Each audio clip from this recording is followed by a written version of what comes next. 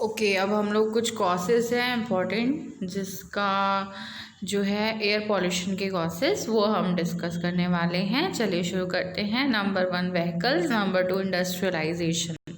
और भी बहुत सारे कॉसेस हैं एयर पॉल्यूशन के, इसी में सारी बातों को समझा के इसमें कहा गया है।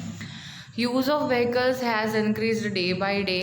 Cars, buses, trucks, auto rickshaws run on petrol or diesel, which are fuels obtained from biological reactions. Because of the burning of these fuels, or mostly due to the incomplete combustion of these fuels, large amount of carbon monoxide, oxides of nitrogen, lead are liberated into the atmosphere. होता क्या है, ये जितने भी हमारे vehicles हैं, car है, बस है, ट्रक है, ऑटो रिक्शा है, पेट्रोल या डीजल से चलता है, ठीक है। अब फ्यूल बर्न होता है इनको चलाने के लिए, तो कुछ फ्यूल जो है आपके फुल्ली बर्न हो जाते हैं और कुछ जो है इनकम्प्लीट मतलब बर्न होते, पूरी तरह से बर्न नहीं हो पाते और स्मोक निकालते हैं। ओके, तो यही जो स्मोक रहता है वो उसमें बहुत ज़्यादा मात्रा में आपका carbon monoxide, oxides of nitrogen मतलब N2O, lead are liberated lead जैसे आपके हार्मफुल सब्सटेंस, हार्मफुल गैसेस निकलता है वहाँ से इनटू द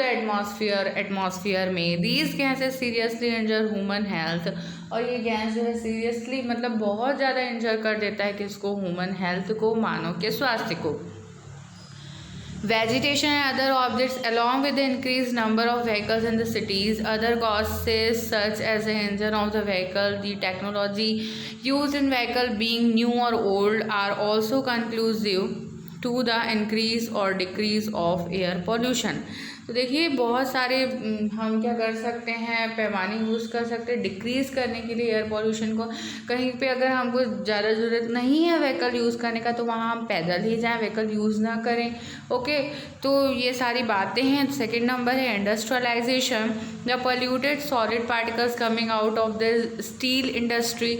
स्टील इंडस्ट्री हमारे सीजी में ही है। ओके, भिलाई स्टील प्लांट है, वहाँ से देखो बहुत सारे जो पोल्यूटेड सॉलिड पार्टिकल्स हैं वो वहाँ से निकलते हैं।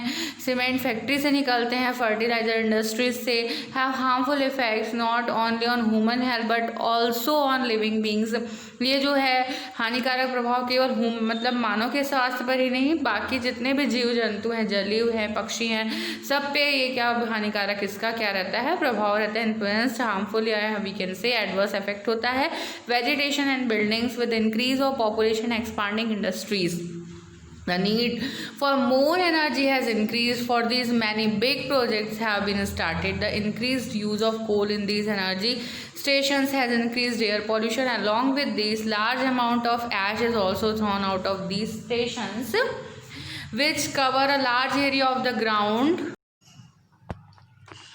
Which covers a large area of the ground. Discuss other factors of air pollution in your class and note them in your copy.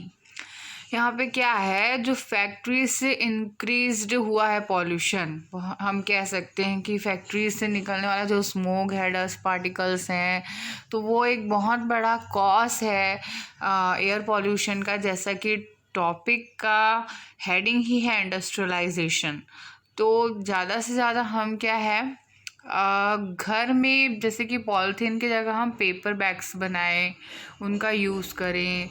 जहाँ पे अगर वहाँ पे पेपर बैग से काम हो रहा है तो हमको पॉलीमर्स वाले पॉलीथीन का यूज़ करने का नीड नहीं है। Okay, now article number 3.4.1 measures to control air pollution. तो यहाँ पे कुछ ऐसे हमारे पास हम कह सकते हैं कि साधन है कि जिससे हम क्या कर सकते हैं, कंट्रोल कर सकते हैं एयर पॉल्यूशन को, या हम क्या करें जिससे वो कंट्रोल हो। तो चलिए आगे डिस्कस करते हैं। For decreasing the air pollution we must adopt pollution controlling methods as, है ना। हमको डिक्रीज करना है तो हम पॉल्यूशन कंट्रोलिंग मैथड्स को देखते हैं कैसे कैसे क्या हैं।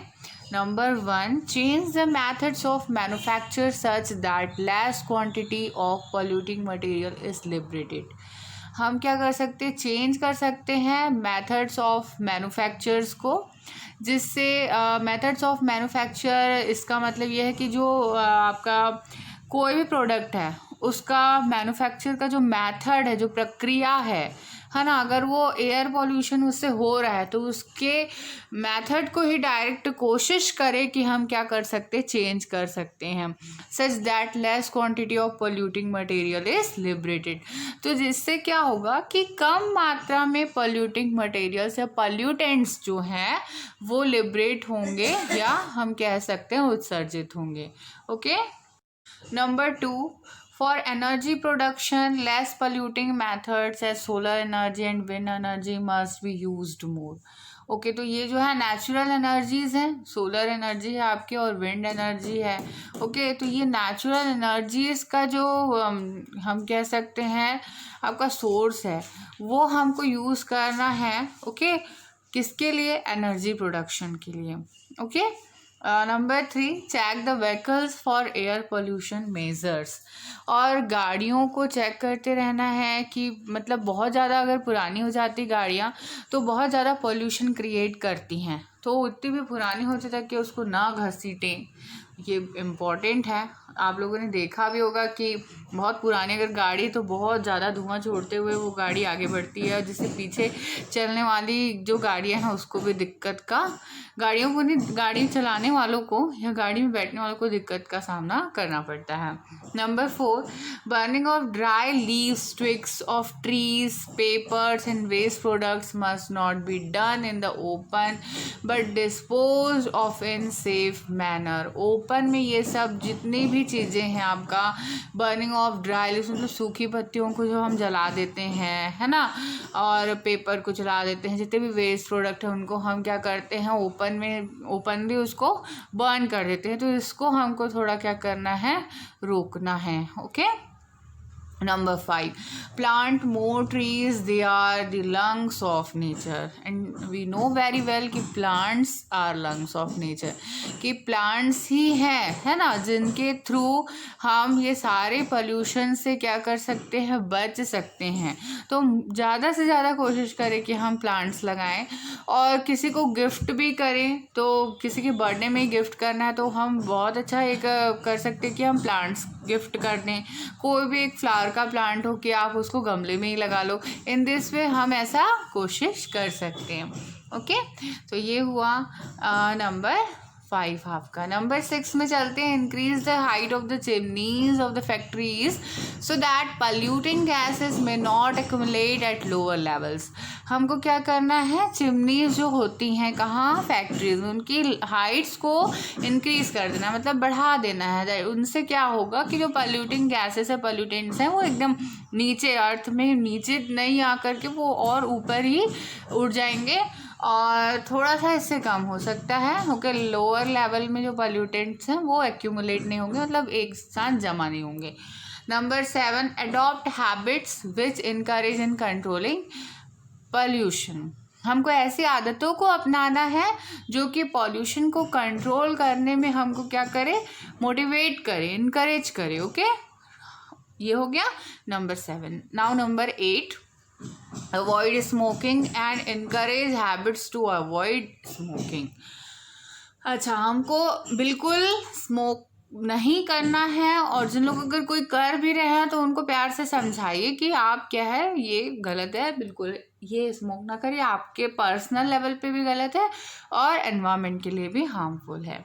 नंबर 9, अवॉइड और at last decrease the use of skins, air use of cents है वहाँ पे, air fresheners, cosmetic sprays and such sprays, ये भी हमको कम यूज़ करना है। ये भी देखिए, हम एक रूम में जैसे 2 लोग हैं, वो 2 किए, ऐसे ऐसे आपके कितने रूम्स हैं यहाँ पे, मतलब जो भी है हमारा हैबिटेट है वहाँ पे, तो वहाँ पे सभी लोग दिन में 1 या 2 बार ये काम तो ज़रूर करते हैं। और ये हमको लगता है कि बहुत थोड़ा है, लेकिन ये सबका मिला के बहुत ज़्यादा हो जाता है। तो ये भी जो आपका काम है ना, सेंट्स है, एयर फ्रेशनर्स है, कॉस्मेटिक, ये इसको भी थोड़ा सा हम कम कर सकते हैं, ओकेशनली कर सकते हैं। ज़रूरी नहीं कि रोज़ हम क्या लगाएं, स्प्रे अपने ऊपर रूम स्प्रे भी करे ये सारी चीज़ें। Now number 10, use petrol and diesel according to your need. सबसे इम्पॉर्टेंट पेट्रोल एंड डीजल, ये हमको अकॉर्डिंग टू हमारा जो नीड है, ये नहीं कि बस एकदम थोड़े ही दूर जाना है, 5 मिनट का वॉकिंग डिस्टेंस है, वहाँ पे हम गाड़ी उठा के चले गए और अपना पेट्रोल वेस्ट कर रहे हैं। तो हम पेट्रोल तो वेस्ट कर ही रहे हैं अपना, लेकिन हम एनवायरनमेंट के लिए भी वो गलत काम कर रहे हैं, तो ये भी हमको नहीं करना है। ओके, नहीं बनने वाला ये वीडियो, मत बनाओ। Now article number 3.5, it is smoke. Natural sources of air pollution are volcanic eruptions, forest fires, etc. Volcanic eruptions, it means जो ज्वालामुखी होता है ना, उनका erupt होना, उनका उद्गार होना, ज्वालामुखी उद्गार कहते हैं हिंदी में। ओके, फॉरेस्ट फायर्स, आपका जंगलों में आग लग जाना। On the other hand, smoke from the factories, thermal power stations, automobile exhaust and burning wood are the source of pollutants produced due to human activities। ये जो है आपका वॉल्केनिक इरप्शन हो गया, फॉरेस्ट फायर, और दूसरी तरफ हम देखते हैं तो जो आपका फैक्ट्री से निकलने वाला स्मोक है, धुआं, थर्मल पावर स्टेशन जो हैं, ऑटोमोबाइल एग्जॉस्ट मतलब वाहनों से निकलने वाला धुआं, एंड बर्निंग वुड, लकड़ियों का जलना, ये जो है सोर्सेस ऑफ पॉल्यूटेंट्स हैं produce due to human activity, जो कि ह्यूमन के द्वारा किया गया है। ओके, और आपका volcanic eruption of forest fire natural में आ जाता है, और ह्यूमन एक्टिविटीज़ में आपका है thermal power station, automobile exhaust and burning wood etcetera. तो growing number of vehicles are continuously increasing the amount of pollutants like carbon monoxide, carbon dioxide, nitrogen oxide and smoke in the atmosphere. तो जो है गाड़ियों का जो है दिन पर दिन नंबर जो है, पहले इतनी गाड़ियाँ नहीं होती थी पहले इतनी गाड़ियाँ नहीं होती थी लोगों के पास, जब से गाड़ियाँ जो है हर कोई खरीद सकता है, जब हर कोई मतलब इसको अफोर्ड कर सकता है, तब से क्या है ना, गाड़ियों का नंबर बढ़ गया है। तो उनसे निकलने वाला जो धुआं है, गाड़ियों से, मोटर वाहनों से निकलने वाला जो धुआं है, वो बहुत ख़तरनाक है ना एनवायरनमेंट के लिए। सो इसके थ्रू हमको कार्बन मोनोऑक्साइड, कार्बन डाइऑक्साइड, ये सारी गैसेस जो है वो इंक्रीज़ हो जा रही है एनवायरनमेंट में, नाइट्रोजन ऑक्साइड है ना, carbon CO2 and N2O and smoke in the atmosphere, we can say. During winters, the oxides of nitrogen present in smoke mix with other air pollutants and fog to form a thick layer which is known as smoke। ठंड के दिन में क्या होता है, nitrogen के oxides हैं जो स्मोक में प्रेजेंट होते हैं, ये जो होते हैं एयर में मिक्स हो जाते हैं और पोल्यूटेंट्स बन जाते हैं, और एक थिक लेयर फॉर्म कर लेते हैं, जिसको हम किस नाम से जानते हैं, स्मोक बोलते हैं, या हम कोहरा बोलते हैं हिंदी में। Okay, which can cause respiratory disease. और इस वाले एनवायरनमेंट में अगर हम ज़्यादा देर रहेंगे अपने घर से बाहर, तो हमको श्वास संबंधित परेशानी होने लगेगी। ओके, सच एज अस्थमा, कफ एक्सेट्रा, जो कि अस्थमा और कफ है। अब चलिए आगे बढ़ते हैं। Article 3.6, this is green house effect, very important for competitive exam. ये कॉम्पिटिटिव एग्जाम में ग्रीन हाउस इफेक्ट से क्वेश्चन आता ही आता है। Usually earth absorbs the sun rays falling on it and acquires the needed heat energy. Generally क्या होता है, जो पृथ्वी है ना, धरती है, जो पृथ्वी है, वो क्या करता है, एब्जॉर्ब कर लेता है किसको, सन रेस को, जो कि फॉल हो रहा है ना इसके अर्थ सरफेस पे। तो जितना भी मतलब यहाँ पे एनर्जी हमको रिक्वायर्ड है वो एब्जॉर्ब हो जाता है। Out of this most of the light is reflected back, और इसमें जितना भी आता है उसमें का बहुत सारा लाइट जो है रिफ्लेक्ट हो जाता है बैक, मतलब जैसे जहाँ से आया था वहाँ रिफ्लेक्ट हो जाता है। In this reflected rays some infrared rays are also there. तो ये जो रेज रिफ्लेक्ट होते हैं, रिफ्रैक्ट नहीं, आपका रिफ्लेक्ट है ना, आना और वापस उसी मीडियम में चले जाना, ये जो है रिफ्लेक्शन है। अब ये जो रिफ्लेक्टेड जो रेज हैं इसमें क्या है, इंफ्रारेड रेज भी होते हैं present. Okay, in this reflected rays some infrared rays are also there. Some gases of the atmosphere absorb these infrared rays and stop them from going out of earth. तो यहाँ पे atmosphere में कुछ ऐसे gases हैं जैसे कि CH4, CO2, SF6N2O, ये सारी जो गैसेस हैं जो इंफ्रारेड रेस को वापस जाने नहीं देते, अर्थ के एटमॉस्फेयर में ही क्या कर लेते हैं, कैप्चर कर लेते हैं. ओके, और कारण क्या है, ये गैसेस कौन कौन है आपका, मीथेन है, कार्बन डाइऑक्साइड है, सल्फर डाइऑक्साइड है, नाइट्रोजन ऑक्साइड है, ये सारा. Okay, then earth surface remains hot. और इससे क्या होता है, जो अर्थ का सरफेस है ये रेज अगर यहीं रह जाएंगे, इंफ्रारेड रेज ऑब्वियसली हॉट है, और ये यहीं अर्थ के एटमॉस्फेयर में अगर रह जाएंगे तो अर्थ का सरफेस क्या होगा, गर्म हो जाएगा, हॉट हो जाएगा. ओके, ऑब्वियसली हॉट ही हो जाएगा. Carbon dioxide, carbon monoxide, methane, chlorofluorocarbon, ozone are some gases which absorb infrared rays. this line is very important. Carbon dioxide, carbon monoxide, methane, chlorofluorocarbon, ozone, ये कुछ ऐसे गैसेस है जो कि क्या करते हैं, इंफ्रारेड रेज को एब्जॉर्ब कर लेते हैं हम. These are known as green house gases. और यही क्या कहलाते हैं, आपके ग्रीन हाउस गैसेस कहलाते हैं. Stopping the infrared rays by these gases is what we call green house effect. तो अब देखिए यहाँ पे stopping the infrared rays by these gases is what we call green house effect. तो इन gases, infrared rays का यहीं रुक जाना अर्थ के एटमॉस्फेयर में इन गैसेस के थ्रू, ये ही क्या कहलाता है, ग्रीन हाउस इफेक्ट कहलाता है. Okay, if these had not been there our earth would had been much colder as compared and may be there would had been no life here also. Okay, और एक बहुत important बात, अगर ये gases यहाँ surface पे ना हो तो ये जो हमारा जो अर्थ है वो बहुत ठंडा हो जाएगा. मतलब गर्मी भी तो चाहिए, हीट भी तो चाहिए. अगर बहुत ज़्यादा को यहाँ पे ठंडा हो जाएगा, कोल्ड हो जाएगा, तो हम क्या है, जीवित नहीं रह सकते ना, we can not live. So now can you say what the effect would be on temperature of earth if the amount of greenhouse gases were increased due to pollution. अब देखिए, अगर ये जो गैसेस है कौन कौन से आपके, carbon dioxide, carbon monoxide, methane, chlorofluorocarbons, ozone, ये जो हैं अगर बहुत ज़्यादा हो जाए तो ये बहुत ज़्यादा ही क्या कर लेंगे, इंफ्रारेड रेस को यहाँ एब्जॉर्ब करेंगे और अर्थ का जो एटमॉस्फेयर और ज़्यादा हॉट हो जाएगा, और ज़्यादा गर्म हो जाएगा. तो क्या है, ये पोल्यूशन है ना, पोल्यूशन कारण बनेगा ना.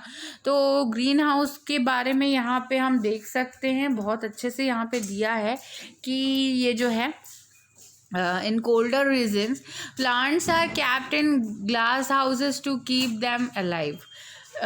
Through the glass walls sunlight reaches the plants, but these glass walls stop the reflected infrared rays to go out, due to which the temperature inside remains high and the required heat for the plants to live is attained. जो colder regions हैं जैसे Switzerland है, ठंडा है. Okay, तो जितने भी colder regions हैं वहाँ पे प्लांट्स को जीवित रखने के लिए, अलाइव रखने के लिए ये जो ग्रीन हाउस टाइप का जो एक हमको कांच का घर दिख रहा है वो यूज़ किया जाता है. इसमें जो सन का जो लाइट है वो इंसिडेंस तो होता है लेकिन रिफ्लेक्ट नहीं हो पाता. अंदर में ही जो आपका लाइट है वो उसको एब्जॉर्ब कर लिया जाता है और उसी हीट में जो अंदर में प्लांट्स वगैरह है, सब्जियां वगैरह है, उसको क्या किया जाता है, मतलब ठीक से रखा जाता है, उनको लाइव रखा जाता है, जीवित रखा जाता है. इतना ठंडा होता है वहाँ माहौल की, अगर उनको इतना जितना रिक्वायरमेंट है हीट का वो ना दिया जाए तो वो क्या होगा, जीवित ही नहीं रहेगा, मर जाएगा पौधा. तो ग्रीन हाउस का इफ़ेक्ट अपन जनरली कोल्डर रीजन में करते हैं और ये सेम हमारा अर्थ भी ग्रीन हाउस के जैसे बिहेव करता है. ओके, तो हम आप कंपेयर कर सकते हैं. ओके, तो अगर आप लोग को मेरा वीडियो पसंद आया है तो लाइक, शेयर एंड सब्सक्राइब करें. आप लोग अगर काम का लगा है तो मैं चाहूँगी कि ज़रूर लाइक, शेयर एंड सब्सक्राइब करें. Thank you for watching.